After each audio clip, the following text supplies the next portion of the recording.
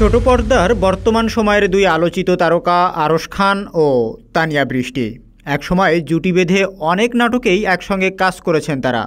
এই জুটির পর্দার প্রেম একসময় রূপ নেয় বাস্তবে।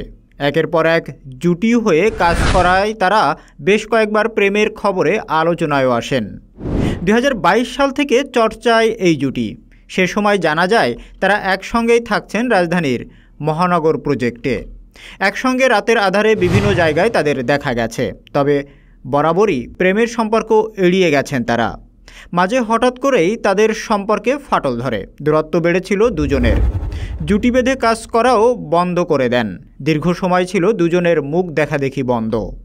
এই জুটি দর্শকপ্রিয় পাওয়া সত্ত্বেও ভেঙে যায়। সবাই ভুলতে থাকেন বৃষ্টি আরশের সম্পর্কের কথা। সেই গুঞ্জনে নতুন করে আগুনে ঘি ঢালল তানিয়া বৃষ্টির একটি ফেসবুক পোস্ট। বৃহস্পতিবার ছিল আরশ খানের জন্মদিন। বিশেষ দিনের শুভেচ্ছা জানিয়ে ফেসবুকে তানিয়া লেখেন, তুমি জানো তুমি আমার সব, পার্টনার, বেস্ট ফ্রেন্ড, ঝগড়া মারামারি করার জায়গা, শেয়ারিং কেয়ারিং পার্টনার, ভাই ব্রাদার সব কিছু। শুভ জন্মদিন আমার, একমাত্র আই লাভ ইউ। সেই পোস্টে আরশের মেজাজ খারাপ করে দেওয়ার জন্য ক্ষমাও চান তিনি। মন্তব্যের ঘরে আরশ জানান তানিয়াকে ক্ষমা করে দিয়েছেন তিনি। মন্তব্যের ঘরে অনেকেই তাকে ভাবি বলে সম্বোধন করেন। তানিয়াও তাতে সাড়া দিয়েছেন।